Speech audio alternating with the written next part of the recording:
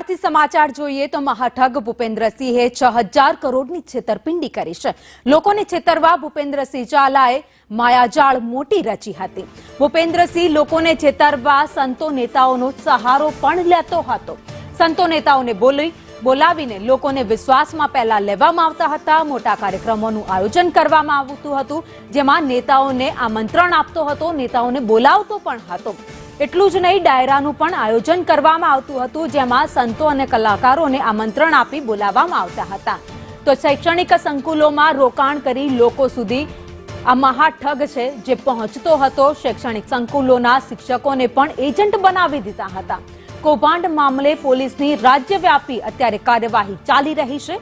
CID ક્રાઇમની અલગ અલગ જગ્યાએ તપાસ પણ ચાલી રહી છે। વધુ અપડેટ સાથે સંવાદદાતા જિગ્નેશ પટેલ અમારી સાથે જોડાઈ ગયા છે। જિગ્નેશ, ભૂપેન્દ્રસિંહ મોટો મહાઠગ જેણે 6000 કરોડનો મોટો ગોટાળો કર્યો છે, જેમાં તે નેતાઓનો, સાધુ સંતોનો અને અનેક કલાકારોનો સહારો લોકો સુધી પહોંચવા માટે લેતો હતો।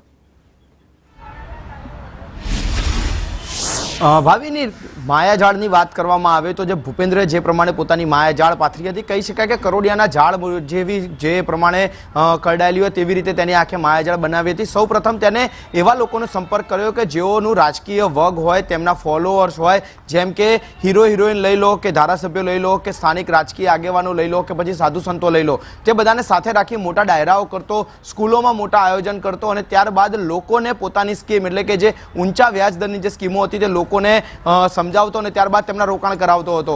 અને આ માટે તેને કેટલાક શિક્ષકોને પણ તેમના એજન્ટ બનાવી દીધા હતા, જે શિક્ષકો તેમને સાયન્ટિફિકલી ગણિત બતાવી અને કહી શકાય કે તેમને કેટલા ટકાનું વળતર મળશે, કેટલા રૂપિયા રોકશો તો કેટલા વર્ષમાં રૂપિયા ડબલ થશે, અથવા તો લાંબા ટર્મ માટે રોકશો તો કેટલો મોટો ફાયદો મળશે, તે પ્રમાણેની લાલચો આપી અને 6000 કરતાં વધુ કરોડનું જે ફૂલેકું છે તે તેને ફેરવી લીધું છે। સાથે જ તેને લોકો સુધી પહોંચ્યા બાદ પોતાની માયાજાળ ન માત્ર પોતાના એકાદ બે જિલ્લા પૂરતી પરંતુ રાજ્યવ્યાપી ફેલાવી હતી। અને તે જ માટે સીઆઈડી ક્રાઇમે જ્યારે કાર્યવાહી કરી ત્યારે ગાંધીનગર, સાબરકાંઠા, અરવલ્લી, મોડાસા, હિંમતનગર અને હવે બરોડા સુધી તેનો છે તે રેલો પહોંચ્યો છે। પંચમહાલ સુધીમાં પણ તેની ઓફિસો સામે આવી છે અને અત્યારે સીઆઈડી ક્રાઇમની 4 ટીમો અલગ અલગ 4 જગ્યાએ કાર્યવાહી કરતી જોવા મળી રહી છે, જેમાં હિંમતનગર, ઈડર, માલપુર અને બરોડા ખાતે કાર્યવાહી કરવામાં આવી રહી છે। જે લોકોએ તેની સાથે દસ્તાવેજી કરાર કર્યા હતા, જે લોકોના રોકાણ કર્યા હતા, તે રોકાણના પુરાવા મળતા હવે ભોગ બનનારના નિવેદન લેવામાં આવી રહ્યા છે। જે ભોગ બનનાર લોકોએ સીઆઈડી ક્રાઇમનો સંપર્ક કર્યો હતો તેવા લોકોના અત્યારે પોલીસ સ્ટેટમેન્ટ લઈ રહી છે અને પોલીસ તે સ્ટેટમેન્ટના આધારે આ ગુનામાં વધુમાં વધુ જેટલા લોકો ભોગ બન્યા છે તેનો એક્ઝેક્ટ આંકડો અને રકમ સુધી પહોંચવા માટેની તજવીજ શરૂ કરી છે। સીઆઈડી ક્રાઇમના અધિકારીઓનું કહેવું છે કે આ આંકડો હજી 6000 કરોડ કરતાં પણ વધી શકે છે, કારણ કે 14000થી વધુ લોકો આમાં ભોગ બન્યા છે અને તે ભોગ બનનારનો આંકડો તથા જે કહી શકાય કે તેને જે રોકાણ કરાવ્યું હતું તે રકમનો આંક પણ વધી શકે છે।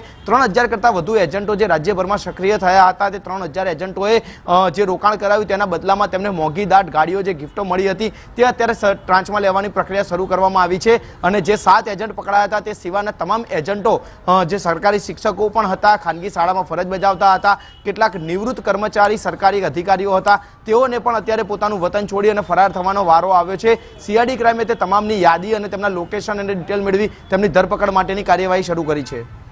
આભાર માહિતી માટે।